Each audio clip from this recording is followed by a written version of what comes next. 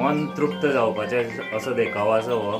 कारण आमच्या कुडचड्या वयले जे यूथ आसा, जो गौरांग नायक आसा, तेजे एक उत्कृश्ट अशें जे तेणी देखावो जो आयज लोकां कडेन मुखार दवरला, तो हांगा सगळ्याक तेजे घरा कडेन आयज पळोवपाक मेळटा.